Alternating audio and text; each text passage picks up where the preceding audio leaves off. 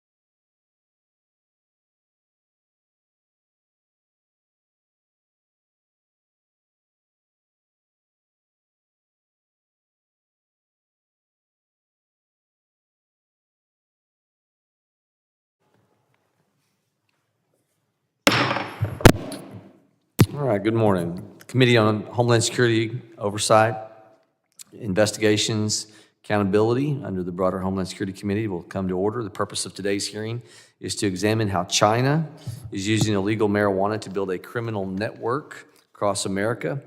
Without objection, the chair is authorized to declare the committee in recess at any point. I now recognize myself for an opening statement. Today, the Oversight, Investigations, Accountability Committee is holding this hearing on how the use of illegal marijuana as tied into the criminal network tracing to China is impacting the United States.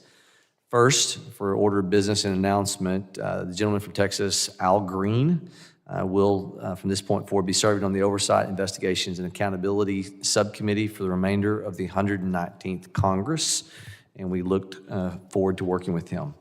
We are here today to talk about an important issue, significant national security implications. This issue has been prevalent not just in Oklahoma, my home state, but in many other states, Maine, California, and all across our homeland. Let's paint the picture together. A group of Chinese nationals affiliated with foreign criminal organization crosses the southern border, makes their way into rural Oklahoma. With them are workers who have been lured under the false promise of good jobs in the United States. Once in Oklahoma, these Chinese nationals approach a local resident with an offer they cannot refuse. They offer the resident several hundreds of thousands of dollars, purchasing, using their time, their identity, to purchase a nearby tract of land. In return, the resident gets to keep a share of the money with no questions asked. The deal is quick and it's simple. In a matter of days, this newly purchased land becomes the site of a large-scale illegal marijuana grow operation. The workers find themselves forced to work 14-hour days under the watch of armed guards, all while being confined to small living quarters, minimal running water or air conditioning. The smell of toxic fumes, fumigation from pesticides that are lit on fire that we know have caused major health consequences, banned in this country, are utilized for these grow operations.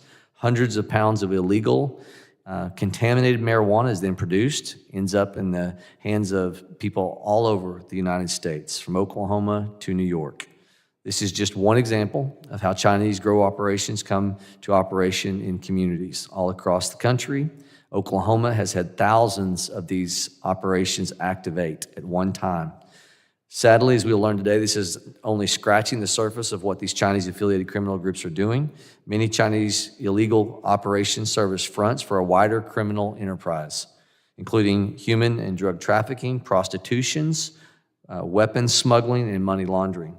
And while the example I highlighted takes place in our home state of Oklahoma, similar patterns are repeated in other states like Maine, Massachusetts, California. In fact, there are thousands of these grow operations dispersed through our entire country, including tribal lands and national parks. We have a really excellent panel of expert witnesses before us today who are going to walk us through this issue and how it affects the Homeland Security posture. Specifically, I'd like to focus our conversation on the serious crimes taking place inside of these illegal grow sites, as well as how Chinese transnational criminal organizations, or TCOs, many with directly ties to the Chinese Communist Party, are setting up these sites all across the U.S. as they expand an underground criminal network in our backyard. We are holding this hearing today because we've enabled these foreign organizations with potential links to the CCP to build up a sophisticated network throughout the United States, which facilitates a wide range of other criminal activity and presents a national security threat. This is a convergence of organized crime, human drug trafficking, public health risks, all operating at scale and sophistication, crossing state, national lines beyond the normal capabilities of state and local law enforcement to combat. These agencies need the help of federal law enforcement to unravel these criminal networks. In fact, some of the foreign nationals running these grow operations are more heavily armed than local law enforcement. One of my field reps in Oklahoma heard from a journeyman electrician who was hired to do some work on a rural property. When he arrived at the site, he found what appeared to be a large foreign-run marijuana grow house, and he personally observed an armory of dozens of assault rifles and ammunition crates. This network must be uncovered and eliminated from our homeland. And it's really that simple. The potential threat that comes from having fully operational criminal network associated with top foreign adversary on our soil is too great to ignore. I look forward to an informative and productive discussion. I now turn it over to Ranking Member Thanedar for his opening remarks. Good morning, and thank you, Chairman. And good morning to all of our witnesses here. I want to welcome my colleague, Congressman Al Green from Texas, on this committee, and look forward to his contribution to our proceedings here. Now, if you take a stroll through DC's neighborhoods, you're likely to encounter the National Guard planting flowers or picking up trash, and federal agents making traffic stops. This supposed crackdown on crime has also played out in Los Angeles, is unfolding in Chicago, soon coming to Memphis, and being threatened by the Vice President that they are on their way or coming to Detroit if needed. Trump's occupation of America's largest city is reducing the federal government's ability to pursue serious, complex crimes. HSI agents have paused pursuing human traffickers. DEA agents are not uncovering drug rings, and FBI agents stopping investigating financial fraud. Instead, they issue citations for open containers of alcohol, fare evasion, and traffic offenses. The same federal agents who investigate money laundering and organized crime are also being deployed to Home Depot parking lots to arrest migrants looking for work. Who is investigating the thousands of illegal marijuana farms that currently exist in this country? And I'm not talking about someone who is growing a handful of pot plants consistent with their state's law and regulations. I'm referring to marijuana that is being grown by organized crime in our federal forest, business districts, and suburban neighborhoods, perhaps even at the house next door. These illegal grow sites are run by Mexican cartels, Cuban drug traffickers, and increasingly Chinese organized crime. Just a few months ago, in my home state of Michigan, local law enforcement arrested 4 Chinese nationals after discovering over 5,000 marijuana plants worth around $5 million in a warehouse. The billions of dollars in proceeds from illegal marijuana help finance China's Belt and Road initiatives, a plan to wrestle global influence away from the United States through foreign investment in developing nations that the Trump administration has cut aid to. The illegal marijuana proceeds also fuel Mexican cartels that traffic deadly fentanyl to the United States. The marijuana black market is riddled with human trafficking, human smuggling, and forced labor. All too often, migrants are lured to farm with the promise of decent work. Once they arrive, their identification is taken away, and they are forced to work 16 hours a day and live in substandard conditions. Illegal marijuana cultivation sites are also stealing our scarce resources, such as water and electricity, while poisoning public lands and banned toxic chemicals and pesticides. Illegal marijuana farms are a threat to our national security, human rights, and the environment. The federal government has had some successes through the organized crime, drug enforcement, and task force. For example, in January 2024, a federal jury found 2 Chinese nationals guilty of possessing and distributing marijuana.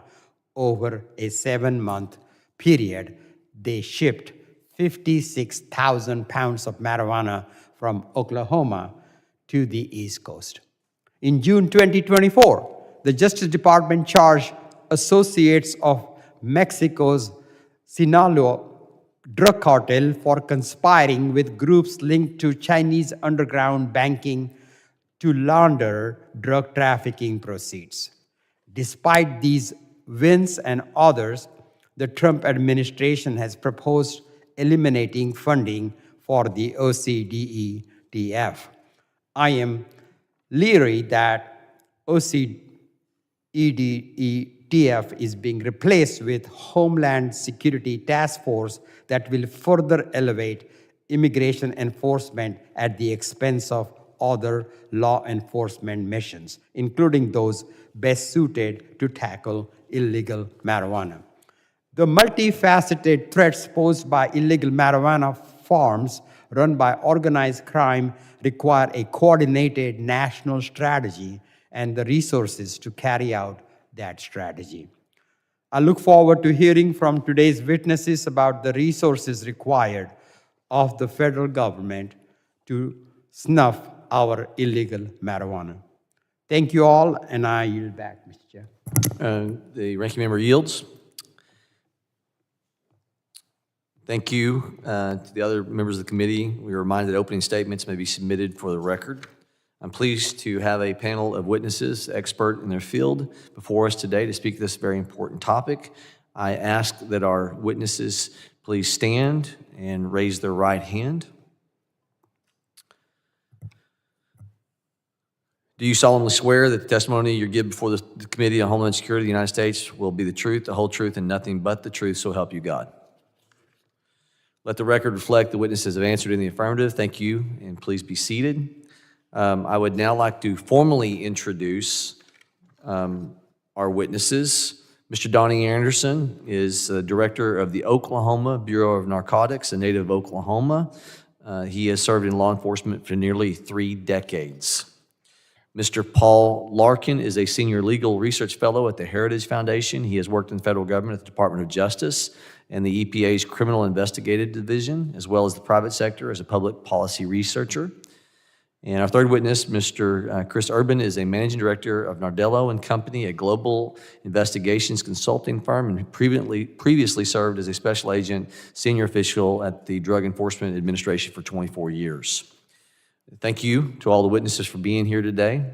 I now recognize Director Anderson for 5 minutes for his opening statement, and I think that you traveled the longest from Oklahoma, Mr. Anderson, to be here. Thank you for being here.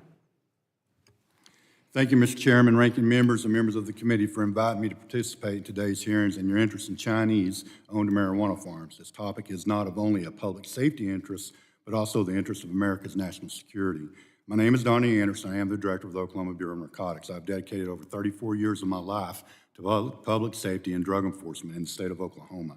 I can say without hesitation that the impact of black market marijuana in Oklahoma is unlike anything I've ever encountered in my career. What is even more alarming is the growing influence and involvement of the Chinese Communist Party in this illicit industry. Please understand that what I share today represents only a fraction of the broader threat we face. Several investigations remain open. I am unable to comment on them further without jeopardizing the integrity, endangering the brave men and women at the Bureau who are investigating these cases, or violating the laws to prohibit disclosure of active investigations. In 2018, Oklahoma voters approved medical marijuana State Question 788, drafted by marijuana advocates. Unfortunately, the law imposed no limits on the number of grow operations or the quantity of plants each could cultivate. This lack of regulations led to a staggering oversupply. Between March of 2024 to March of 2025, licensed grow sites reported 87,210,960 plants in the state of Oklahoma, yet dispensaries sold just a little over 1.6 million pounds of marijuana in a dispensary. Given that one plant typically yields 1 pound of processed marijuana, over 85 million plants are unaccounted for, representing an estimated $153 billion in missing product and proceeds. To put this in perspective, as of September the 9th, 2025, Oklahoma has 324,850 licensed medical marijuana patients. The scale of unreported inventory is deeply troubling, especially considering the black market producers routinely underreport their plant count. Oklahoma's medical marijuana framework has inadvertently opened the door to international organized crime. Criminal actors exploit the system to produce high-potency marijuana for black market distribution, fueling what is now estimated to be a $153 billion illicit industry. Of particular concern is a high prevalence of Chinese nationals involved in these operations. Their presence has a profound effect on both our state and national security. Consider the following examples. In 2022, 4 Chinese nationals were executed in an illegal marijuana farm near Hennessy, Oklahoma. A 5th individual was seriously injured. The operation used a fraudulent license obtained via a straw ownership. April of 2024, law enforcement arrested multiple suspects in connection with a robbery and homicide at a grow site in Okfuskee County in Oklahoma. The victim, 53-year-old Harry Dam, was fatally shot. In July of 2025, a Canadian national was found murdered execution style at a grow operation near Lake Thunderbird just east of Norman, Oklahoma. The death is believed to be the result of a targeted robbery. The investigation remains ongoing currently. These incidents are just a few among many. Beyond these murders, state authorities have documented a sharp rise in violent crime linked to black market marijuana operations masquerading as legal enterprises. The Oklahoma Bureau of Narcotics reports associated crimes including human and sex trafficking, money laundering, illegal gambling, extortion, theft of water and electricity. Our agency currently employs 1 Mandarin-speaking agent. However, this is insufficient when suspects communicate in Cantonese and Fujianese, languages that Mandarin speakers cannot reliably translate. Compounding this issue is the widespread use of WeChat, a Chinese-owned platform used for both communication and financial transactions. Because WeChat is based in mainland China and encrypted, U.S. law enforcement cannot serve legal process or conduct electronic surveillance as we would with domestic platforms. These apps fall outside the scope of the Communication Act of 1996 and Electronic Communications Privacy Act of 1986, making them a major obstacle in our investigations. Oklahoma law requires marijuana business owners to be state residents with at least 2 years of residency. Yet nearly all Chinese-operated grows circumvent this requirement through fraud and straw ownership. In one instance, a single Oklahoman was listed as the owner of approximately 300 marijuana farms in Oklahoma. This widespread fraud is facilitated by consulting firms, real estate agents, and attorneys who help establish these shell operations. Alarmingly, many of these grows are located near critical infrastructure, including military bases and pipelines. For example, in an ongoing investigation, the Department of Defense reported suspicious activity at a marijuana grow operated by an ethnic Chinese group located adjacent to the McAllister ammunition plant. This ammunition plant is the largest in the United States that is also responsible for manufacturing the Moab massive ordnance air blast bomb and houses close to the third of the department. It maintains a third of the Department of Defense's munitions stockpile. That's where it's at in McAllister, Oklahoma. This is no doubt the Chinese government has shown interest in Oklahoma's marijuana authority. We have documented financial transfers to the Bank of China and connections to businesses owned by the Chinese government. These concerns have amplified by recent reports of CCP activity in operations like Salt Typhoon, which my agency was directly affected. Regardless of property ownership, it is my belief that the CCP maintains access to these sites, particularly through its known practices of controlling expatriates via so-called police stations. Thank you for your time and attention to this critical issue. I'm available to answer any questions you may have or to provide additional information as needed. Thank you, Mr. Anderson. I now recognize Director Larkin for 5 minutes for his opening statement. For 60 years, one of the primary arguments made in favor of the legalization of cannabis is that it will eliminate the black market. The rationale given was that people would prefer to avoid criminal prosecution for using cannabis, and they would like to purchase it from a store with a quality reputation and a quality product. Over the last 5 to 10 years, we now know that that argument is a fugazi. The black market has not disappeared, even though a majority of states in the United States now have approved either medical or recreational use marijuana programs. In fact, The problem that you have taken up is a matter not just of public health, which is the way cannabis issues are normally thought of. It's a matter of domestic or homeland and national security. Why? The businesses that we see across the nation selling cannabis for medical or recreational purposes are not run by 50s-era beatniks or 60s-era hippies. They are run by Chinese organized crime with the tacit knowledge and acquiescence by the People's Republic of China and the Chinese Communist Party, two entities that are sworn enemies of the United States. That raises a clear homeland and national security aspect of this problem that has been under-discussed in all the debates over cannabis legalization. This is a serious problem. According to the Whitney Economics Organization, the cannabis market is a $100 billion industry. 75% of it is the illegal market, and 2/3 of the cannabis sold in the United States is grown domestically.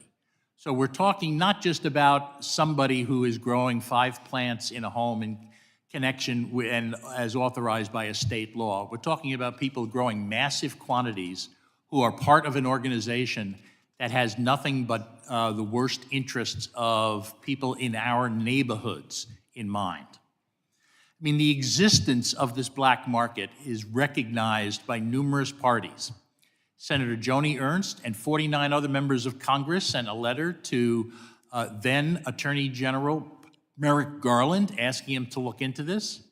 There have been numerous other organizations and think tanks that have written about it. And there are beaucoup media stories, written, print, or in the TV media on this. They all agree that this is a serious problem because it is not simply the illegal distribution of controlled substances that is at issue. It is all of the associated crimes that occur.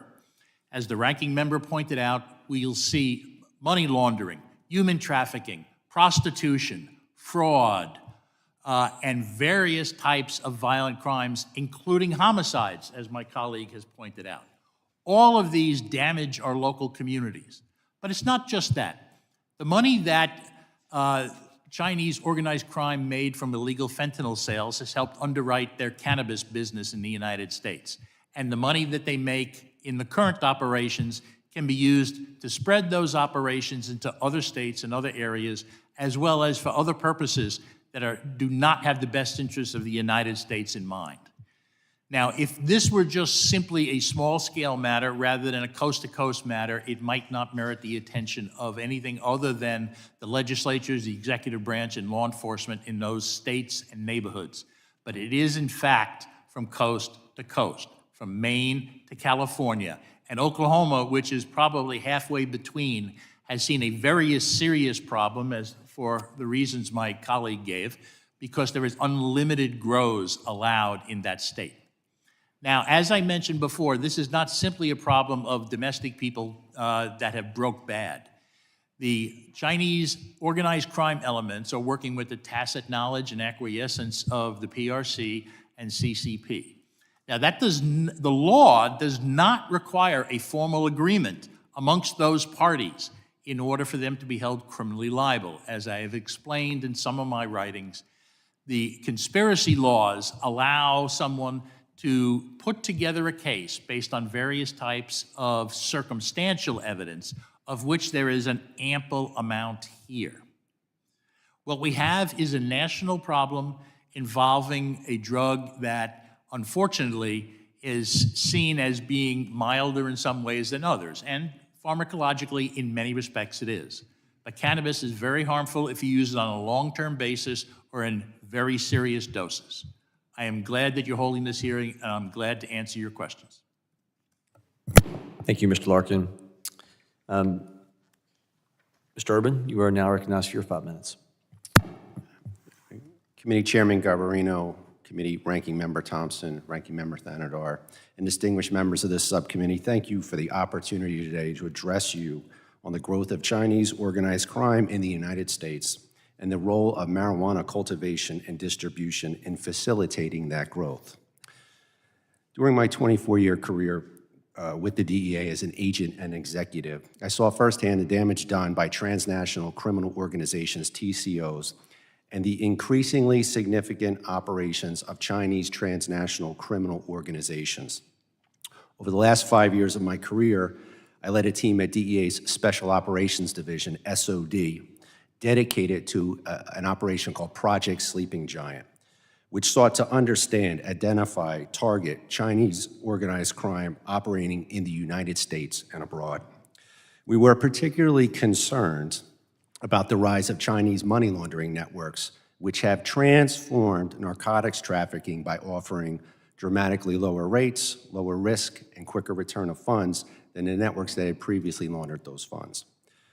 Project Sleeping Giant's objectives included understanding the Chinese organized crime threat, developing intelligence on it, and designing enforcement operations to mitigate it. As a result of the investigative and intelligence gathering operation, we learned that Chinese organized crime was involved in a wide range of criminal activity globally, including being the Chinese suppliers of precursor chemicals used in fentanyl production in Mexico, becoming the primary money launderers for the Mexican cartels, which have been recently designated as FTOs, human trafficking networks, global operations that corrupt government authorities, wildlife trafficking networks, and of course, Chinese-controlled marijuana cultivation within the United States. So what have the Chinese money launderers done with the proceeds of their criminal activity? Starting in 2017, when a wave of marijuana legalization was sweeping through the United States, we started seeing the profits of the laundering of Mexican cartel proceeds get invested into marijuana cultivation and distribution operations by Chinese money launderers. The speed and organization in which the Chinese-controlled marijuana grows were established was nothing short of remarkable. As the Chinese money launderers provided the funding for the grows, trafficked Chinese citizens into the United States to live at the grow locations, tending to the plants on a 24/7 basis. They then trafficked the marijuana to cities for sale. All of this happened seamlessly. It was extremely well organized because it was being managed by Chinese organized crime and Chinese money launderers at the leadership and command and control level. What is the best way to combat the threat? First, there is a critical need for local, state, and federal officials to recognize that activities including Chinese marijuana grows and distribution operations are not just weed cases. They are harmful in and of themselves, and they also help fuel Chinese money launderers and organized crime-linked activity, such as human trafficking, fentanyl distribution, and other dangerous, harmful activities. These cases should be prioritized as they are linked to the larger criminal networks. State and local governments individually do not have the necessary resources and authorities to attack and dismantle Chinese marijuana trafficking networks. State and local governments typically lack the subject matter experts, language skills, data scientists, confidential sources, and other law enforcement capabilities that are needed to address the threat. Federal funding, coordination, and authority combined with state and local resources, intelligence, and their authorities is desperately needed. It is essential to use the federal racketeering, money laundering, continuing criminal enterprise prosecutions to target the leadership and command and control levels of these operations, similar to what we did in the late 80s and 90s against Italian organized crime. For organized crime leaders, Chinese organized crime leaders need to understand that the federal government will aggressively target them with severe consequences. Using other federal authorities to target the related crimes such as human trafficking, money laundering, tax evasion, mortgage fraud, as well as state and local laws and regulations governing the cultivation operations themselves and those governing land, power use, and water violations will have a material impact. Lastly, even at the federal level, specialized task forces are needed to effectively target Chinese money launderers, Chinese organized crime engaged in marijuana trafficking activity. A fully funded intergovernmental platform will allow for law enforcement to better identify the criminal networks and dismantle them state by state. Congress can play a vital role in providing resources, incentives, and authority to the federal government. Thank you for the opportunity today to engage in this conversation. Thank you, Mr. Urban. Members will be recognized by seniority. 5 minutes of questioning. Additional rounds of questioning may be called after all members have had the opportunity.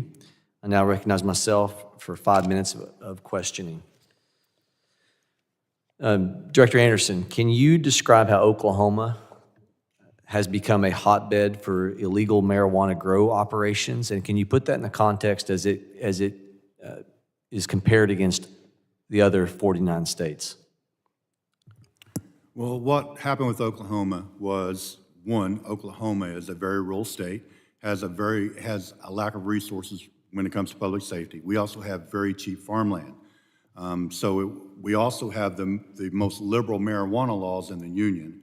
So whenever Oklahoma enacted the medical marijuana statute that we passed, it opened up Pandora's box for Oklahoma. So what you had a very organized group of Chinese nationals who actually, this isn't just in the US, they're global with what they're doing, but they own the market of marijuana. They actually took a market that was the #1 cash drug crop for the cartel, and they own that, and they've owned that for several years now. They moved those operations because of crackdowns that were going on in New Mexico and California to Oklahoma. One, because it is rural. Two, the land is very, very cheap. What you can buy 80 acres in Oklahoma, what you can buy a block for in California. With our laxed laws, that is exactly what happened in Oklahoma. Mr. Urban, you mentioned a minute ago, if I remember hearing you correctly, that $300 billion is what you all have seen is the 2025 number of illicit marijuana being moved across the United States. Did I understand that stat correctly, $300 billion?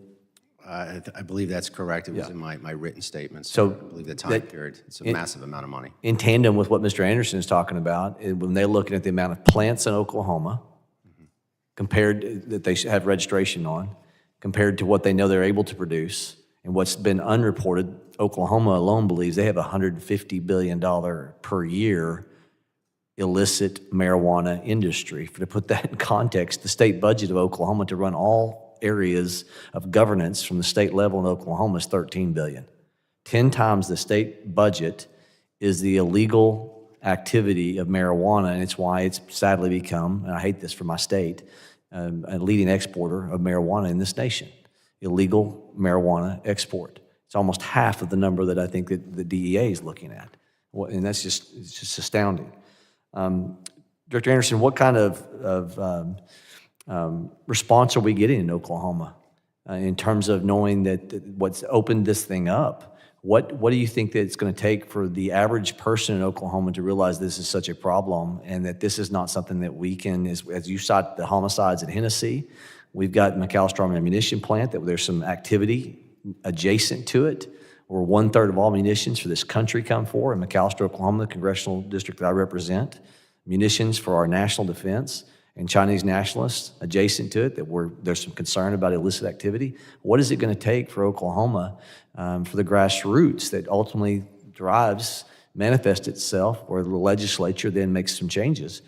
What does the law enforcement have to do to get the attention of Oklahoma officials? Thank you for the question. I wished I knew the answer to that because I've been trying for 5 years.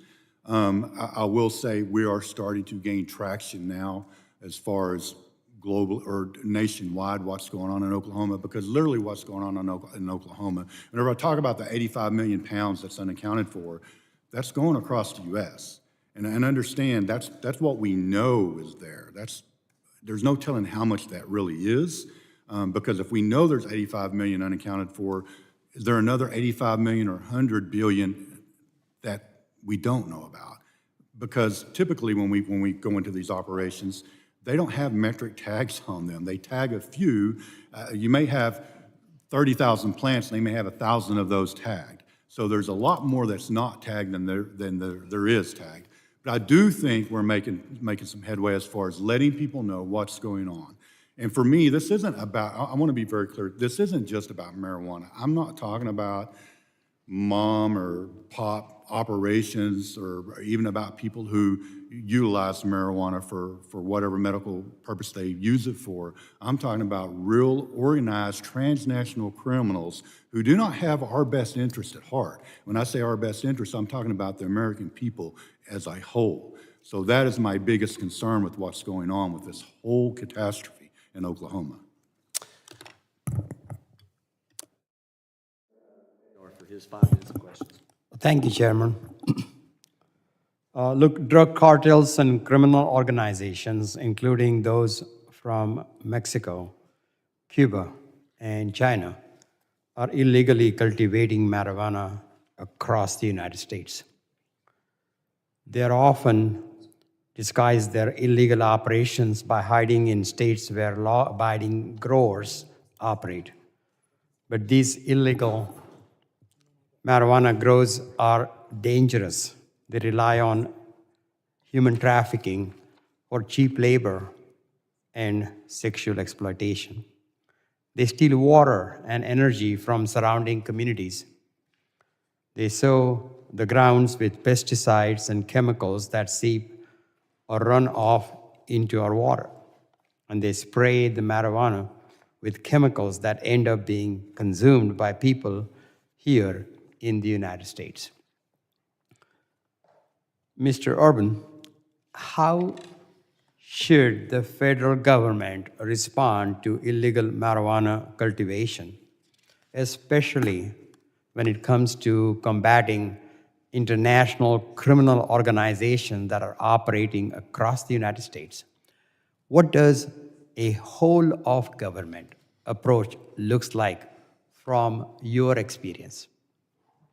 So from my experience, sir, I mean, you laid out all the variety of crimes and activity that was taking place in these cultivation areas. I think it's very simply, we need to mandate a solution from the federal government. We need to provide the funding, for example, Mr. Anderson in Oklahoma. What I would suggest is we need to target the network and defeat the whole network. So you can use Chinese organized crime as an example, but you could also lay other organized crime elements in this, but we'll stick with Chinese organized crime right now. Federal funding, a task force that would target that entire network operating in the United States abroad. The funding is expensive for personnel and overtime, as Mr. Anderson would probably attest to. There's air and land assets that you need, but we need a federal task force comprised of DEA, HSI, FBI to include their counterintelligence side, because there is an counterintelligence component to this. IRS, Fish and Wildlife, and then again, successes that we've had in the past, partnering with state and locals who have the expertise and intelligence and know-how on the ground and using their authorities. It's a national security issue. The task force funding would employ essentially a platform of these federal agencies combined with subject matter experts, translators of various Chinese dialects in this example, data scientists and targeters, funding to recruit confidential sources, and also coordination with state and local prosecutors. The mandated task force would target them with federal prosecutors as well. Thank you. Thank you, Mr. Urban. The Chinese have become the dominant players in illegal marijuana cultivation. But they are not the only players. How do we make sure the federal government is able to help state, local, tribal, and territorial law enforcement combat the big guys, the Chinese criminal organizations, as well as the smaller players? Look, in Michigan, earlier this week, a 50-year-old man was arraigned on charges of tax evasion related to an illegal marijuana grow operation that he ran for 2 years. When his home was searched, police found more than 1,000 marijuana plants and 50 pounds of processed marijuana. Just 2 months ago, Michigan State Police seized more than 10 million worth of marijuana at an illegal marijuana grow operation. That grow operation was in a 17,000 square foot warehouse situated on 19 acres. And in June, 4 Chinese nationals were arrested in Michigan for growing $5 million worth of illegal marijuana. Mr. Urban, clearly illegal marijuana grow operations are profitable business, and they are hidden in plain sight. What obstacles do federal, state, and local law enforcement face when trying to combat illegal marijuana growth? What can Congress do to help find, prosecute these farms and those who operate them? So great question, and continuing on from the first question, the establishment of this task force would be paralleled by federal and state prosecutors that would utilize, like I mentioned earlier, the racketeering, continuing criminal enterprise, and money laundering laws to target command and control leadership at the highest levels in terms of the organized crime groups, the Chinese operating in this area. The task force would also have tactical ability to move from state to state and enforce the law. Thank you, Mr. Urban. My time is up, and Chairman, I yield back. The gentleman yields. I now recognize Ms. Green from Georgia for her 5 minutes of questioning. Before my 5 minutes, Mr. Chairman, I ask unanimous consent to enter for the record this article, Triad Weed, How Chinese Marijuana Grows Took Over Rural Maine. This is an article that highlights how Chinese TCOs are basically taking over Maine via these illegal grow farms. Without objection, so ordered. Thank you, Mr. Chairman. According to, I apologize, CBP encountered record numbers of Chinese nationals crossing the border under the previous Democrat administration. During the last 4 years, there were over 170,000 Chinese nationals who were encountered nationwide, most of whom were caught crossing between the ports of entry. This does not include the potential Chinese nationals that are among the 2 million gotaways who completely evaded U.S. authorities are now are roaming American communities. Open border policies have consequences, and America's paying the price. In 2024 alone, there were nearly 79,000 Chinese nations encountered at the border. This is up from an average of only 1,500 a year over the previous decade. The majority of Chinese illegally entering the U.S. were single military-age men.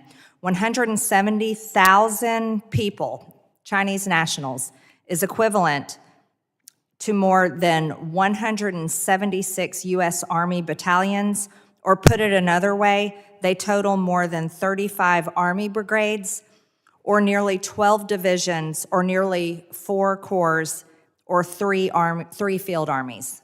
That's how we can translate that, just for people's understanding. According to the DEA, Chinese TCOs have become dominant in the U.S. illicit marijuana market, establishing highly sophisticated multi-state operations. In New Mexico, a recent federal indictment exposed a 25-acre farm, 400-acre cultivation scheme on Navajo Nation lands tied to Chinese investors and recruited labor, resulting in the seizure of more than 260,000 plants, 60,000 pounds of marijuana. The networks integrate profits from cannabis into fentanyl trafficking, human smuggling, and global money laundering schemes, creating significant national security challenges, just as our witnesses have stated today. The American people don't know about this. This is, largely believed, especially in younger generations, that marijuana is a good thing, that it helps relieve stress, helps them sleep at night. And then there's also people that use it for PTSD and have success with it. There's medical uses of marijuana, but the American people have no idea that Chinese transnational criminal organizations are involved and that it's leading to other extremely terrible and dangerous crimes, and fentanyl, honestly. Director Anderson, how do these Chinese-backed illegal marijuana operations run? How, for the regular American, they're going, well, how is a crime organization from China able to run a marijuana farm? These are very, very sophisticated. When I say sophisticated, this is at a level that law enforcement across the nation has never seen before, because they are that sophisticated and that complex.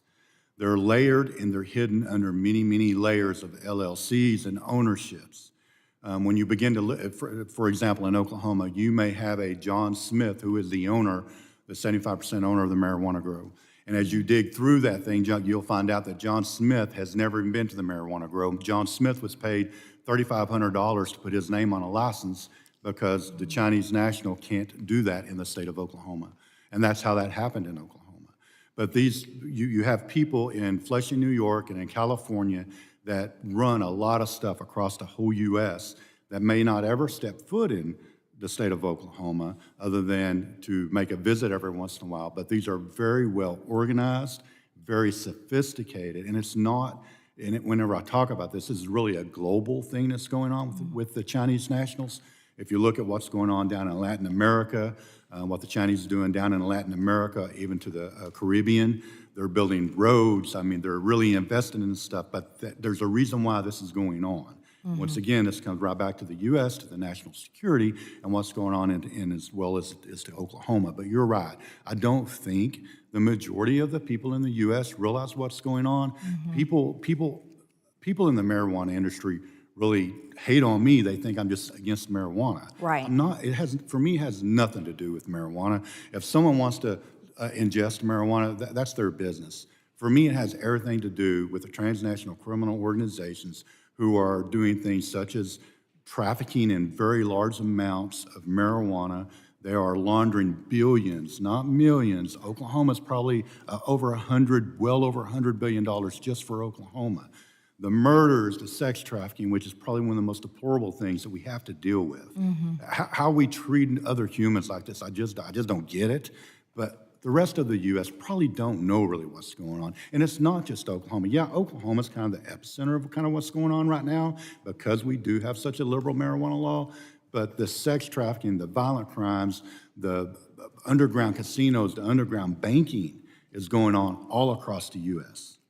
Wow, thank you. I'm sorry, I'm out of time. Mr. Chairman, we need to explore how we can help state and federal work together to trace the money and track this down. Thank you.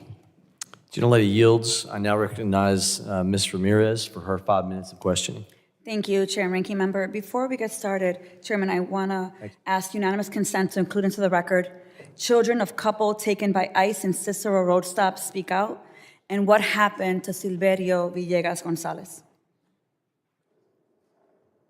So sorry. I can do it again. Without objection, so ordered. Thank you, Chairman. This is our oversight committee, and I think it's important to use every opportunity here to do the oversight work. I want to thank the panelists that are here, but I need to talk about what's happening here right now all over the country. And I want to start by saying that the Department of Homeland Security is a national security threat. I call it a force terrorizing communities with good reason. Men in masks, unmarked cars, no badges, no body cameras, and arrests without valid warrants all result in fear, chaos, and harm. And given that this is a subcommittee on oversight, I want to show 2 clips today. One clip shows DHS agents engaging children whose family members were just abducted. And the second clip you're going to see today shows the murder of Silverio Villegas Gonzalez by DHS agents. Let's watch the footage. En las inmediaciones del operativo se encontraban una madre y sus hijos, quienes no fueron detenidos y abandonaron el lugar juntos. Where's all my family? They're in here. What's your brother? Is he a citizen? We don't answer questions. If you tell me he's a citizen, we'll let him go. We don't answer questions. Look at what you're doing. Hear the cries of the kids. If you tell me he's a citizen, we'll let him go. We don't answer questions. I'm sorry. He has your phone number, right? Yeah. He'll call you. All right. That's fine. Come on. And what's happening to our car?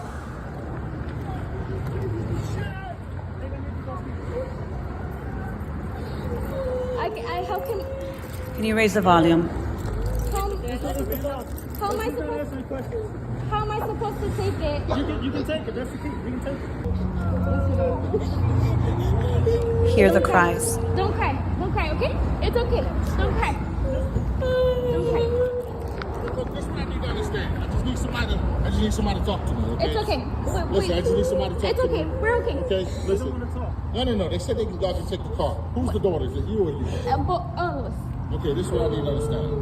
That's your brother, right? That's my brother. Is he born here, yes or no? We don't answer questions until our lawyers. Listen, ma'am.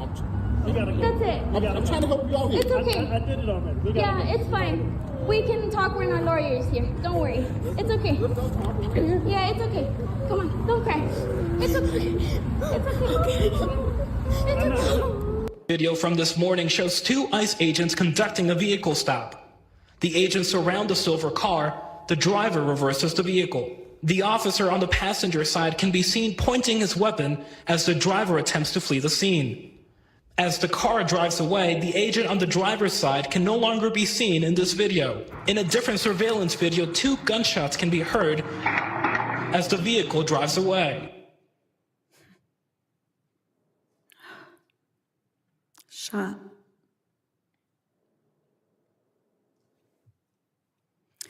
Let's break it down. In the first video, ICE says the lie. ICE encountered a mother and her 2 children who weren't detained. And then kept asking, are they citizens? If you have a warrant, if you know that they're not citizens, why are you asking if they're citizens? Here's the facts. ICE detained a mother, a father, and their son, a college student that's a dreamer. They encountered the couple's 3 other children and aggressively questioned a 12 and 10-year-old. Given that we know that the parents had no public criminal record, how did DHS agents know to pull them over? We know. It's because they're brown.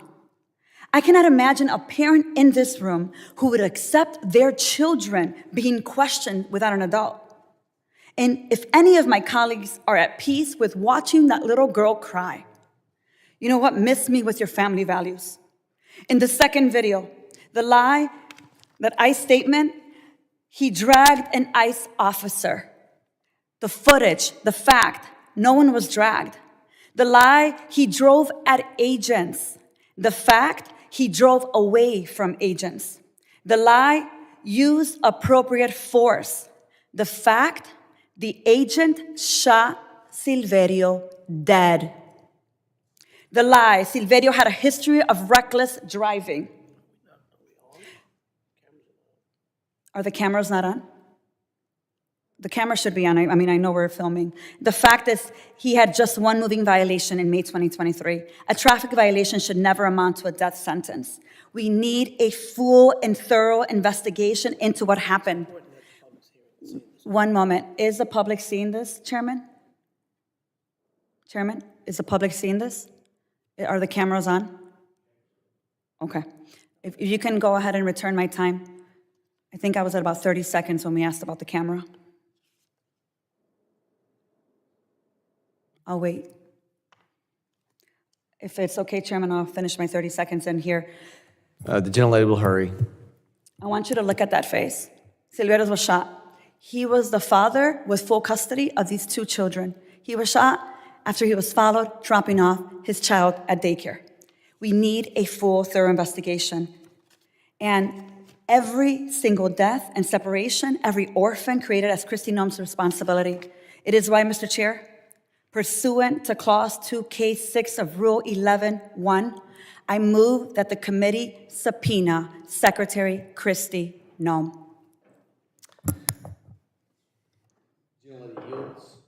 I now recognize Representative Strong for his... Mr. Chairman, I Thank you, Chairman pursuant to McKean, for clause- holding these hearings today. I've already seen how the CC... Mr. Chairman, I need a response to my request of a subpoena. I didn't get a response. Gentlelady will state her motion again. Mr. Chair, pursuant to Clause 2K6 of Rule 11, I move that the committee subpoena Secretary Kristi Noem.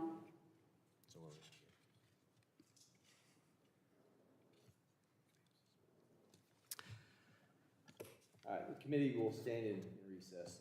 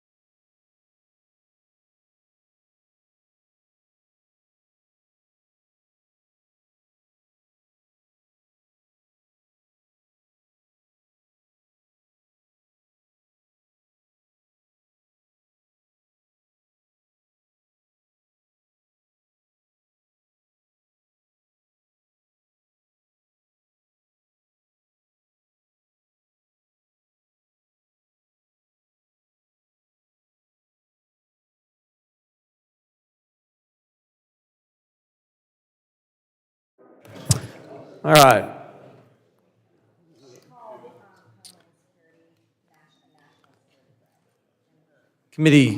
Will be in order, resuming. The gentlelady had a motion on the table.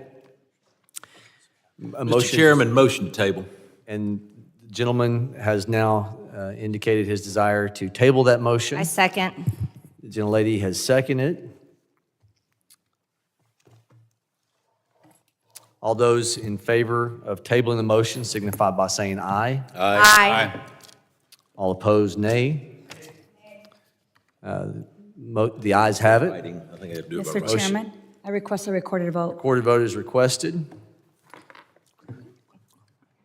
Clerk will call the roll. Ms. Green. Aye. Ms. Green votes aye. Mr. Strong. Aye. Mr. Strong votes aye. Mr. Ogles. Aye. Mr. Ogles votes aye. Mr. Knott. Aye. Mr. Knott votes aye. Mr. Garbarino. Mr. Tanadar. No. Mr. Tanadar votes no. Mrs. Ramirez. No. Mrs. Ramirez votes no. Mr. Carter.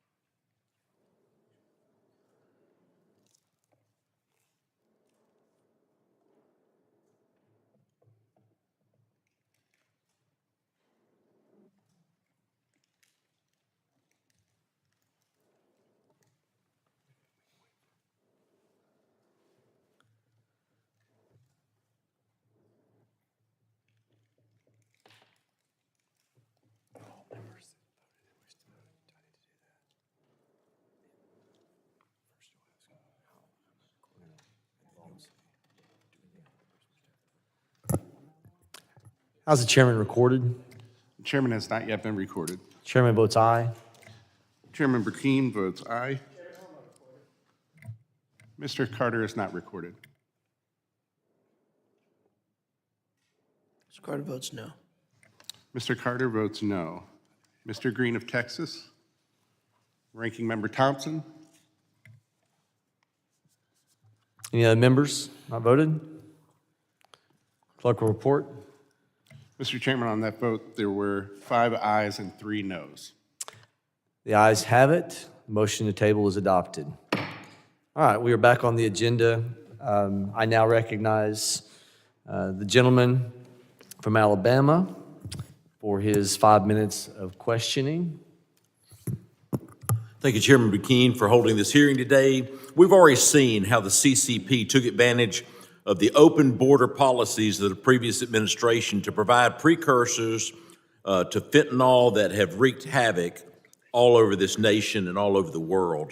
In an effort to kill a generation of Americans, not Republicans, not Democrats, but Americans, the Mexican cartel cannot make fentanyl without the precursor from China. These illegal marijuana farms are another example of how brazen the CCP will be. Earlier this week, we talked about how foreign adversaries see U.S. agriculture not only as an economic target, but also a homeland security vulnerability. Mr. Larkin, how significant is land acquisition to the broader strategy of Chinese criminal groups operating in America? It's helpful to them in 2 very different ways. First, it allows them to use the property to grow illicit drugs, to process them, and then use that site as a distribution point. But it's also possible to do that in places that would allow them to try to use that area for spying on nearby facilities. For example, if you had an indoor rather than an outdoor grow, you could not only use that as a basis for developing marijuana that you can then ship elsewhere in the state or across the nation, You can also use that as a place perhaps for spying on nearby Americans or American bases or other sensitive targets. So it's a very dangerous sort of circumstance we have. I think you're exactly right. And you start thinking about it. I asked the State Department, how many acres does China own or lease in America? Some time back, might have been a year or two. And I remember they said, we'll get back with you. Then all of a sudden we found out 380,000 acres are either owned or leased by China of American soil. Then we peeled the onion back a little further, and what did it say? We found out that where is this property located? It's around our largest military installations in America. And what's unbelievable, we actually got a bipartisan bill, had Democrats that crossed over because they know that this is a threat to America. When your agents do uncover these foreign back grow operations, what obstacles do you face in proving the criminal ties and actually shutting them down? Yes, sir. My mistake. The problem is federal law doesn't require in detail identification of all the different organizations, entities, companies, or people that have an interest in particular property. You can obscure it in that way. One way this Congress could address this problem is by making clear that you have to identify any and all foreign nationals, particularly Chinese foreign nationals who are potentially associated with the PRC or the CCP as being real parties in interest in either acquisitions of property by purchase or by leasing, so that you can then put the onus on the people who are the property owners as well as the real estate people to make them help the federal government identify when the PRC and the CCP is involved. Thank you, Mr. Larkin. Our national security strategy says China is the only country with both the intent and the ability to reshape the international order. It also calls China the Pentagon's top challenge. While our military has been focused on China for some time, do you think other departments like DHS need to increase their focus on China's influence here at home? I do. I think one of the problems is the American public doesn't understand the role that China plays in the illicit drug trafficking and other activities that are damaging to the nation. Thank you. Mr. Urban, you've spent years investigating transnational money laundering networks. How significant a threat are Chinese networks to our financial system compared to other global actors? Chinese money launderers, their networks, over the last 7 years, they've become the dominant money launderers for transnational organized crime around the world. They are the primary launderers for the Mexican drug cartels. For example, when they became the dominant money launderers 2017, 18, or 19, they increased the net profits of the Mexican cartels, the designated terrorist organizations, by our estimation of 3 to 5% of their bottom line. The way to attack those networks is with high-level prosecutions against command and control. FinCEN several weeks ago came out with additional guidance on compliance, AML, red flag, in terms of Chinese money laundering within the United States. We need to attack it with significant authorities and funding. If you could recommend one federal action that would immediately disrupt Chinese TCO operations in the U.S., what would that be and why? Quickly. Proper funding and authority and mandate for the federal government through a task force to go after those networks aggressively in the next year with racketeering type charges. Thank you. Mr. Chairman, I yield back. The gentleman yields. I now recognize Representative Carter for his 5 minutes of questioning. Thank you, Mr. Chairman, and thank you to our witnesses for being here. For decades, the federal government's decision to criminalize marijuana has been nothing short of disastrous for our communities, for our economy, and for justice in America. The failed war against cannabis has especially devastated Black and brown communities. Arrest and incarceration rates for marijuana offenses have been wildly disproportionate, with people of color far more likely to be targeted despite using marijuana at similar rates as white Americans. These policies have fueled mass incarceration, separating families, stripping people of opportunities, and saddling them with criminal records that create lifelong barriers to housing, education, and employment. This has entrenched cycles of poverty and inequality, all in the name of a policy that the American people increasingly reject. Beyond the human costs, prohibition has created a lucrative illicit market. By outlawing marijuana rather than regulating it, the federal government allowed billions of dollars to flow through the underground economy. That money could have gone toward tax revenue, community investments, and public health, but instead, it has enriched criminal enterprise and fueled violence. Today, with most Americans supporting legalization, it is past time that we acknowledge the truth. Marijuana prohibition has failed. The regulated cannabis industry is not the same as what we were discussing today. The state legal cannabis industry employs over 425,000 people and operate in 40 states, including my home state of Louisiana. State-regulated cannabis programs require rigorous product testing for contaminants, pesticides, and alterants, and potency, sometimes entirely absent from the illicit marketplace.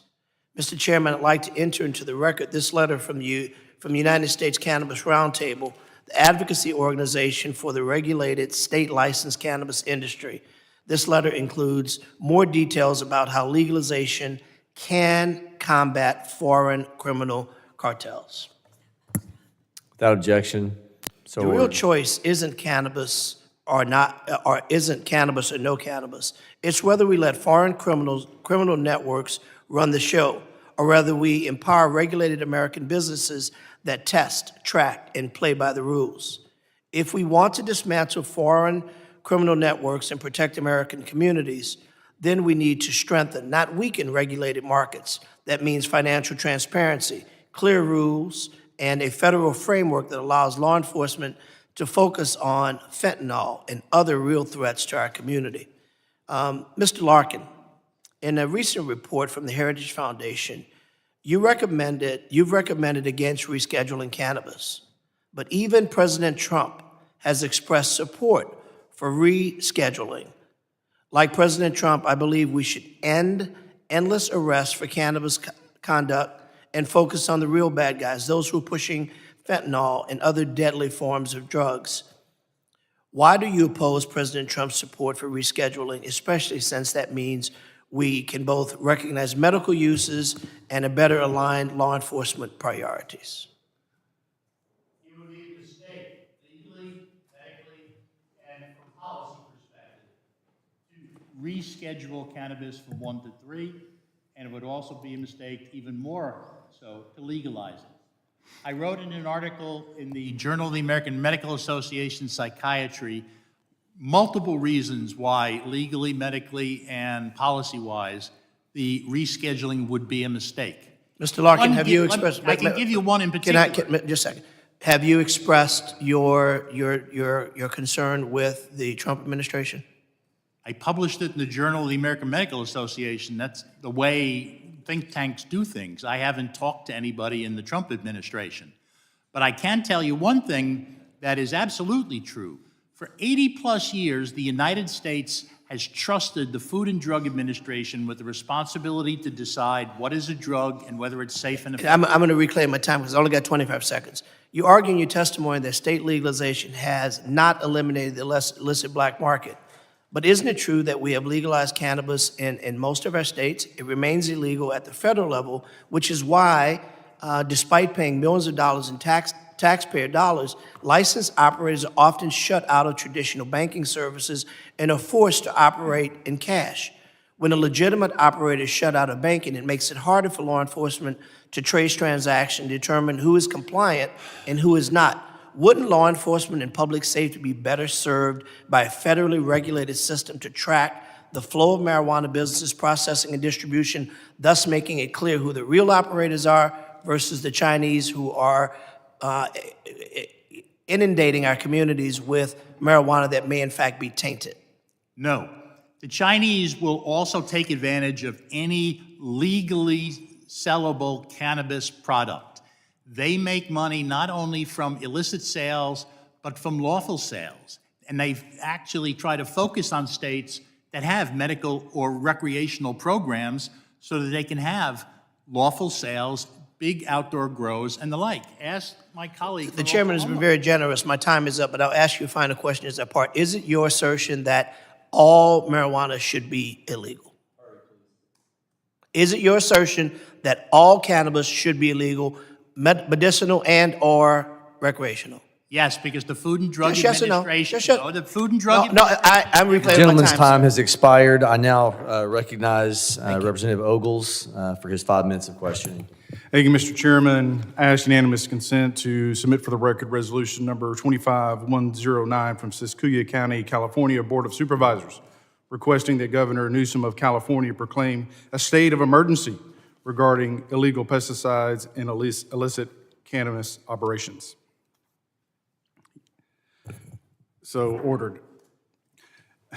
So ordered. Now, I want to be clear. The CCP is the existential threat to the United States of America. The CCP has set up operations to leverage cannabis operations, both illegal and, as you say, Mr. Larkin, legal operations in this country. They work hand in hand with the cartels in Mexico to undermine this country. So what is, in fact, a threat to the United States is not Homeland Security, but it's China and the Mexican cartels. Unfortunately, instead of having a hearing on the CCP and illicit activities in our country, some of my colleagues on the other side of the aisle are more interested in protecting their suppliers for their personal use than they are of fulfilling their duty and protecting this country. And I, for one, have had enough of this nonsense. We need to recognize the truth that the CCP is setting up operations in this country.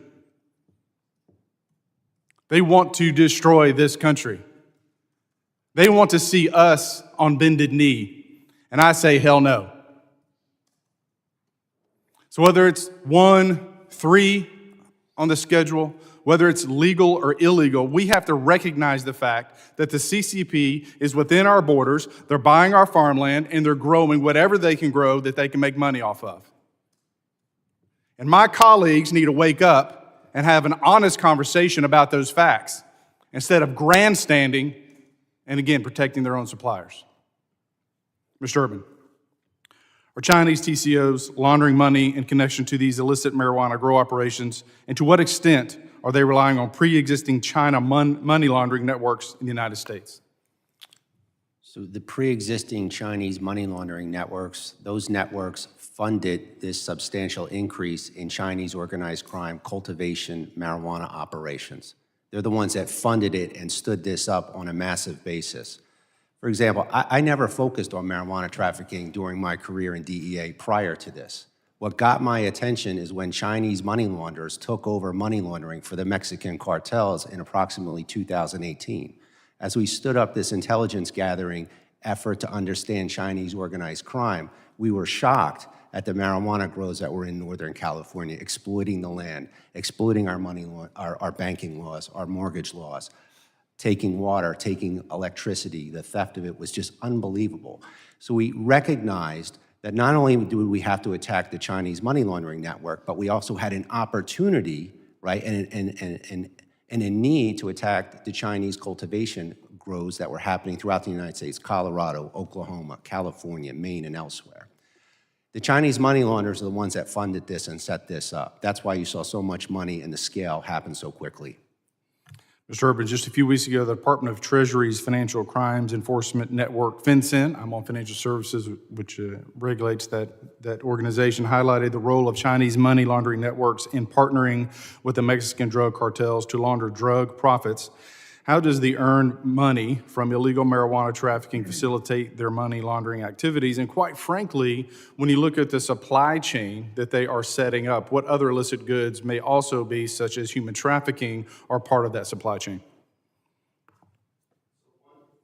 One component of the organized crime revenue feeds the other. So for example, the money launderers and the ability to purchase land and goods throughout the United States for cultivation assist the money launderers, the human trafficking component.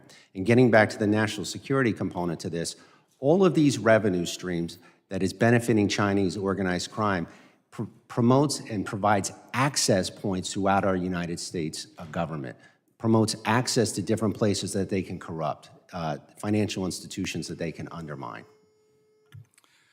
FinCEN recently warned the Chinese money laundering networks pushed over $300 billion through U.S. financial institutions in just 5 years. How much of that volume do you believe is linked directly or indirectly to illicit marijuana operations? The majority or the significant component to that was the proceeds of Mexican cartel drug trafficking. A significant material component to that, right, I'm not going to put a percentage on it, but you're talking billions of dollars, was the illicit marijuana trade. It like essentially put on steroids Chinese organized crime within the United States, the money they made off marijuana cultivation. I want to thank the witnesses. I apologize I didn't have questions for you, and I thank you to the chairman. The gentleman yields. I now recognize Representative Knott for his 5 minutes of questioning. Thank you, Mr. Chairman. Mr. Urban, I want to talk to you quickly about some of the misconceptions out there, but criminal organizations, the best ones are the hardest to catch. They have a proficiency of layering in camouflage, making it very difficult to apprehend, to investigate. And in my time with law enforcement, there's some easy pickings, the guys that are walking around the sidewalk with an AK-47. That's easy, but it's the folks who are moving the currency, who are masking illegal with legal activities, so on and so forth. And I want you to talk to us a little bit about how the Chinese criminals have successfully hidden in polite society. Because when I investigated marijuana cultivation that was illegal, they had a very intricate network of legal front businesses that enabled them to move millions of dollars that looked legitimate. But when you start to peel the onion back, it was a pretty harrowing viewpoint. So talk to us about how they are successful in bedding in polite society.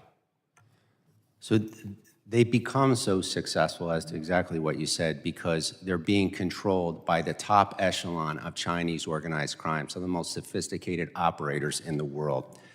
They're very sophisticated and disciplined in the sense that they engage in what we would view as low-risk criminal activities, the money laundering. The violent component to what Mr. Anderson stated, that's only more recently. They try to stay away from violence or what would, have federal prosecutors become interested in prosecuting them, hence marijuana trafficking, money laundering, human smuggling. They also rely on this network in the Chinese underground banking system that's been around for years. And lastly, we touched upon this. It's very difficult to recruit confidential sources to engage these networks, and wiretap these networks on WeChat is impossible. Yep.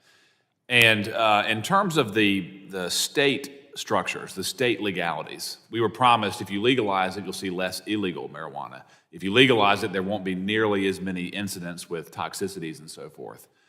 In my experience prosecuting these cases, they used a sloppy legalization effort to almost balloon the amount of marijuana they were able to traffic. It was illegal in many instances, but the sloppy legal structures has brought about a greater problem in many respects. So we don't have the regulatory component to this in place that would negate subsidizing or allowing organized crime on a national basis to exploit the marijuana market. And in your, one of the things that is often misstated, it's framed as though you have a marijuana dealer and then every other type of criminal. In my experience, organized crime touches the full spectrum when they get to a certain level. Methamphetamine, heroin, fentanyl. Marijuana is just one component of it. So to splice it out is often an inaccurate assumption. Is that your experience? Absolutely. Yep. Mr. Larkin, briefly, you mentioned, I'll give you a chance to answer the question that Mr. Carter asked. Would it be wise, yes or no, to legalize marijuana in the country, in your opinion? No, it would not. Why? It is a problematic drug when you use it heavily or on a long-term basis. What I was going to say in response to the answer is we have not only the Controlled Substances Act at work here, we also have the Food, Drug, and Cosmetic Act. For 80 years, we've trusted the FDA with deciding what is a drug and whether it is safe, effective, and uniformly made. The FDA could not say the cannabis plant is safe, effective, and uniformly made because it's not. Well, one of the mistruths that proponents say is that there really isn't any problematic effects to marijuana. And it was interesting because when I was prosecuting organized crime, I only had a few cases, but they were really big cases. in terms of quantity, in terms of sophistication, dealing with marijuana, but they targeted young people. Please describe the effects that young people suffer when they are exposed to high levels of marijuana on a continued basis. The juvenile brain is in a labile state, particularly in men. It doesn't come fully formed until early in the 20s. And the problem is the THC content of cannabis today is not what it was back in the days of Woodstock. Back then, it was 3 to 6% THC. Now, in the plants, it can be up to 40%, and in processed forms, it can be 90%. Has there been a successful state system that controls the supply of marijuana to deliver only safe product to the consumer? Not to my knowledge. The problem is there is too great an amount of disuniformity in the product that's being sold. A few years ago, Nora Volkow, the director of the National Institute on Drug Abuse, said we don't have in place the mechanisms to make sure that what is being sold lacks the pesticides that we know are coming from China and that are creating problems. And will create even bigger problems 10 to 20 years down the road when we start seeing spikes in areas where there is a greater incidence of cancer because of it. Well, thank you, witnesses, for your testimony. I'm sorry I'm out of time. Mr. Anderson, I had a lot of questions for you lined up, but maybe we'll get a second round if we're fortunate, and if not, I hope to have you back. Mr. Chairman, I do have a UC request. I've got an example here. It's a Department of Justice press release detailing 7 Chinese nationals and their roles in money laundering millions of dollars and smuggling kilograms of illegal marijuana. Gentleman asked that it be put in the record without objection. Thank you. So ordered. Gentleman yields. I now recognize Mr. Green for his 5 minutes of questioning. Thank you, Mr. Chairman. I thank the ranking member as well. The Chinese money laundering that's taking place, why is it so difficult for us to understand how it's being done and to prevent it from being done? Yes, sir. They came to dominate the industry for several reasons. One, in the past, there was always a certain cost to money laundering. It was 7 to 10%, certainly, to get those funds back to the Mexican cartel. The Chinese money launderers changed the game in that, one, they absorbed all the risk of laundering those funds. 2, they did it for 1 to 2%. 3, the funds that are collected, the bulk cash from sales of narcotics in this country that they take ownership or custody of, they began to sell to Chinese nationals that wanted to invest in the United States. They do this globally with a trusted network with what's called the Chinese underground banking system. And last but certainly not least, they utilize the encrypted app called WeChat, which is controlled and monitored in mainland China, that US law enforcement cannot have any judicial process. We can't wiretap it. So what it allows for is that organized crime network globally to communicate with trust and speed. No other organized crime group in the world has ever had a communication system similar to this. And are they using cryptocurrency? Explain, please. Yes. So certainly in the last 2 years, the crypto component of the money laundering cycle has taken on a much more substantial role. As crypto is being used more and more globally, it's actually taken on more of a role in the money laundering process because the Mexican cartels would like to receive those funds in crypto. So it's part of the process now. How do you recommend that we deal with this, given that we now have these electronic transfers? Makes it rather difficult to, I want to stop it. I'm just trying to get a sense from you as experts as to how we can do it. So the networks that exist right here within the United States, those Chinese money launderers on a daily basis pick up that bulk cash. So we were talking about earlier of this interagency task force that was designed to go after Chinese organized crime with severe penalties such as the racketeering laws should be stood up and funded. That's the first thing. The second thing is, in terms of what we saw last couple weeks ago from FinCEN, that directive to the banking industry to enhance compliance, red flag reporting on the money laundering transactions. And lastly, WeChat itself needs to be impacted. It cannot be utilized by Chinese money launderers on an ongoing basis, again, in this trusted network where they can communicate and move money. The suspicious activity reports are not enough for this large sum of money? It's not enough in the sense that financial institutions, crypto companies, wire remitters need to enhance and increase the suspicious activity reporting and their AML compliance to focus on Chinese money laundering networks. Well, let me just close with this. I'm new to this money laundering, and I'm trying to make sure that I get a better understanding of it. And I believe that my understanding of what's happening in financial services can help me with what's happening here in Homeland Security. Is there any piece of legislation that you would call to my attention that might be helpful? Is there anything that you would have us do in terms of legislation? Over the last 18 months, the Fendoff Act and the HALT Act were good examples of successes in terms of the legislative process. What I would suggest is this interagency task force that needs to be stood up nationally with the mandate to go after Chinese organized crime, fully funded, data scientists, Mandarin translators, everything that's needed on that task force to attack the network.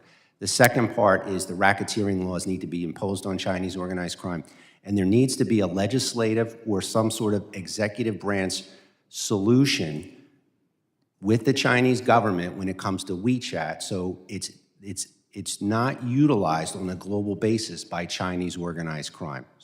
Again, through legislative process that allows law enforcement to wiretap it, or some negotiated strategy with the Chinese government where they negate the ability of WeChat to be utilized.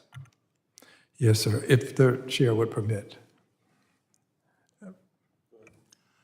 It's also worth looking into the problem that people are obscuring, as your colleague said, through a lot of different layers of dummy corporations, who the real parties in interest are. We need to start requiring that the real parties in interest be identified before, whenever they are part of Chinese organized crime or a foreign government that is adverse to our interests. Because the easier you make it for law enforcement to try to see who really is owning this property and therefore what's going on at it, the easier it might be for law enforcement to take steps to stop the money laundering and the ultimate activity itself. Thank you, Mr. Chairman. The gentleman yields. If our panel of experts would be willing, given the inability to dive a little deeper, I wish we would have gotten to in the middle of this. There's going to be a few of us that stick around and ask a few more questions. If the panel, if you've got time to expedite this for your sake and ours, I'm going to ask the committee members limit their time to 3 minutes. And so with that, I'm going to go out of order here. I'm going to let Representative Ogles go first. I'll follow through with anybody on the Democrat side, and then Democratic side, and if Mr. Knott, you want to follow him, and then I'll go last, and I'll watch my time because I've got a time constraint. All right, so with that said, Representative Ogles, you are recognized for 3 minutes. Again, thank you, Mr. Chairman, and to the witnesses. Director Anderson, it seems like these illegal grow operations are run by a core criminal element that oversee low-level workers who are often victims of trafficking. Is this an accurate description based on your experience? Yes, sir. You absolutely hit the nail on the head. It is, you have upper management, very well organized transnational criminal organizations, but with that comes every other crime with it, which is the human trafficking, the labor trafficking, the sex trafficking, and the violent crime, and every other crime that follows underneath it. Now, is there, from your experience, a difference that you've seen between the immigration status of the low-level workers versus the higher-level criminals that are actually operating these networks? Well, there's a definite difference between the two. So your high-level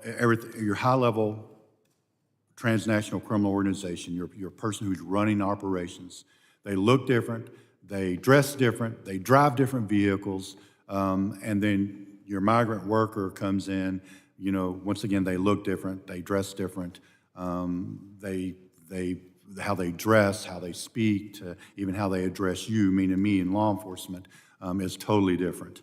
But there is a big, significant difference between the two. Yes, sir. So is it fair to say, when you look at the complexity of this problem, that the high-level organizers, the traffickers, the low-level individuals that they are using in these illicit activities, they're literally throwaways? That if they get caught, if they get incarcerated, they'll just replace them with someone else? Those are basically what we call victims. That's right. Mr. Larkin, to what extent is the CCP tied to these Chinese TCOs operating in the United States? Do you believe that the CCP is aware of the Chinese nationals who leave China to establish criminal operations in the United States? China is the most heavily surveilled nation in the world. It's difficult to believe that the CCP is unaware of people who are engaged in criminal activities in other nations, like what's happening here with Chinese organized crime. And keep in mind, you don't have to prove an affirmative agreement between them. All you have to do is show through circumstantial evidence that the CCP is aware of and is helping out the organized crime measures.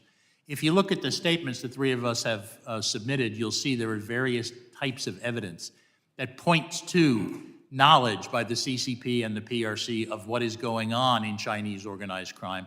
And that's the sort of evidence that the Supreme Court has said would be sufficient to justify a guilty verdict for conspiracy to engage in this activity. I want to thank you to the witnesses. Thank you to the chairman. I yield back. Gentleman yields. I now recognize Representative Thanadar for 3 minutes for his questions. Thank you, Chairman. Illegal marijuana grows are a threat. Marijuana grown illegally can be saturated with chemicals and that are dangerous to humans. The money generated by selling illegal marijuana on the black market funds criminal organizations. And the illegal grows bring all sorts of crime and destruction into American communities. The federal government needs a coordinated strategy to do all it can to shut down these illegal marijuana grows. I think we can all agree on that. Nevertheless, the Trump administration is eliminating the Organized Crime Drug Enforcement Task Force, which is the largest anti-crime task force in the country. For 40 years, OCDETF has helped disrupt and dismantle criminal networks with a drug-centric focus until Donald Trump. First, Trump wrongly expanded OCDETF's mission to focus on illegal immigration. Now, President Trump has a budget request that eliminates OCDETF entirely.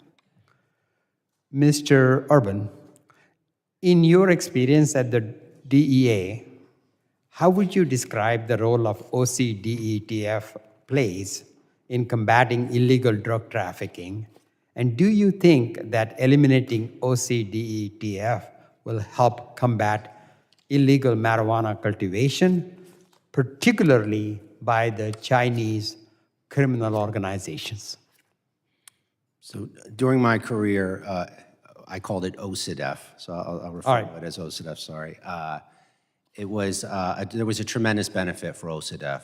One, it synchronized manpower and the agencies to work together.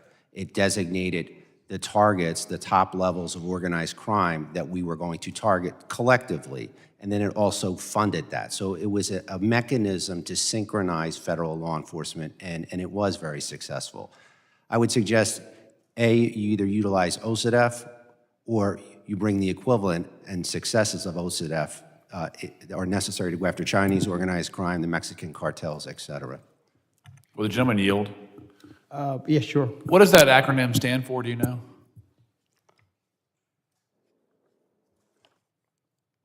Organized Crime Drug Enforcement Task Force. Thank you, sir.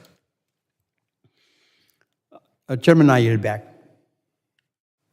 Thank you. Recognize the gentleman, Mr. Knott, for 3 minutes. Mr. Anderson, I've got a question for you. In terms of your experience in local law enforcement, what effect over the last 20 years plus of your career has international criminal activity had on the local law enforcement community? You, yep. I'm sorry. Well, the international crime has had a huge impact on our local law enforcement community. So understand almost every precursor used to manufacture methamphetamine, fentanyl, or any other illicit manufactured drug like that comes from China to the cartels to across the rest of the U.S., which that's affecting every community across the U.S. But also with that is the underlying crimes such as the homicides, the sex trafficking, all the other crimes that come right along with it, which it affects every community in the U.S. So it affects absolutely everyone. No one's immune from it. Oklahoma is a very rural state of 4 million people, and we're devastated by transnational criminal organizations. In terms of the open border of the last 4 years, how did that affect organized crime in your local communities? So I understand, and I got to say this. First off, I'm not a politician. I'm not even a political. I'm not asking. I was in law enforcement before I ran here. But I have to say that because it's going to sound like I am. Nope, I'm asking you your perspective. I'm telling you, and I've seen it both ways. Yep. I've seen when we couldn't get anything. I mean, matter of fact, we were on a T3, and we was purchasing kilos of methamphetamine, and Trump closed the border down during COVID.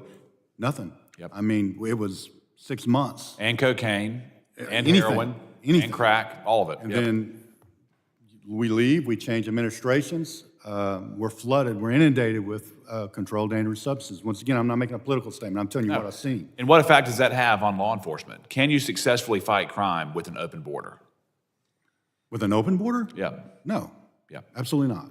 And in regards to the task force model, linking federal and state law enforcement, have you had any kind of experiences with that in your career? I have. I'm actually a task force guy. I operated a task force for many years. On that task force was including federal agents and local agents. Yep. And we still currently operate with our federal partners on task forces. In terms of force multiplication on the good side of the ledger, in my opinion, there's no greater way than task forcing federal and local jurisdictions together. Do you agree with that? I absolutely agree with it, and we do it every day. Whenever I came into the Bureau 6 years ago, we were down to approximately 50 agents. We're up to around 130 now. That's primarily because we TFO, task force. Yep, and I've long been an advocate, sir, that every federal law enforcement agency should utilize and grow their task force program because international crime affects every community, large and small, across the country. Isn't that true? That is absolutely correct. Well, Mr. Anderson, thank you. I'm glad I got a second round to ask you questions. To all the witnesses, please come back and talk to us about this important topic. Mr. Chairman, I yield back. The gentleman yields. We're concluding here. Last thoughts. We have 3 minutes, so essentially a minute each. Mr. Urban, final thought. We've demonstrated what the effect is on the communities. We have the intelligence. I would ask that you fully fund a task force to attack these networks. This is not that hard. It's tough work, it's difficult, it's challenging, but fund a task force and give them the mandate to attack these networks with individuals like Mr. Anderson, please. Mr. Larkin. In the short run, the most important thing to do is educate the people in your communities about these problems. I think when people think of drug problems, they think of Mexico. They don't think of China. They have some idea that China is involved in selling fentanyl precursors, but they don't realize the full extent of the tentacles that China has extended into the United States. The public needs to know this. Holding this hearing is important, but it is also important that you tell the people in your communities about what is happening. Remember, the Chinese are playing the long game. They can do this for decades, for centuries. They don't care. But we can't do that. We have to act now. Mr. Anderson. I think it is imperative that we educate the public on what's going on in the nation, especially when it comes to the CCP and the rest of the world. And the movement that we know that we are seeing that is going on and transpiring. And when you're talking about the long game, they're in the long game. They've been doing this for many, many years. And when you talk about what's going on with the money laundering between and the precursors since we can go all the way back to 2007. That's what we know for sure whenever the cartels started reaching out to the people in China and making these deals. That's how far back it's went. So we're already into the long game. One thing I would ask legislation to do and to seriously look at, I do think we're better whenever we bring all of our resources together and we combat a problem, because you're talking about a really huge global network. We have to bring our people together, we have to bring our experts together, and we have to fight this within. I would also ask that this legislation looks at the Communication Act of 1996. If you look at, and you've been a federal prosecutor, you look at how we've dismantled criminal organizations across the U.S., we've done it through that act. That act is outdated. The criminal element has surpassed us. We can't do the cases like we used to because of all these encrypted apps that are floating around on everyone's phones. So I would ask that you look at that as well. Thank you for your time. I really appreciate you inviting us to be here today. It's clear from this hearing that the CCP is in a coordinated attack against the United States of America, whether it's through their trafficking network, the cyber attacks, or facilitation of the Mexican cartels. They have declared an asymmetric war on this country, and it's time that we fight back with all the tools and resources that we have at our disposal. I thank the witnesses for their valuable testimony and the members for their questions. The members of the subcommittee may have additional questions for the witnesses, and we ask the witnesses to respond to these in writing. Pursuant to Committee Rule 7E, the hearing record will be open for 10 days. Without objection, we're adjourned.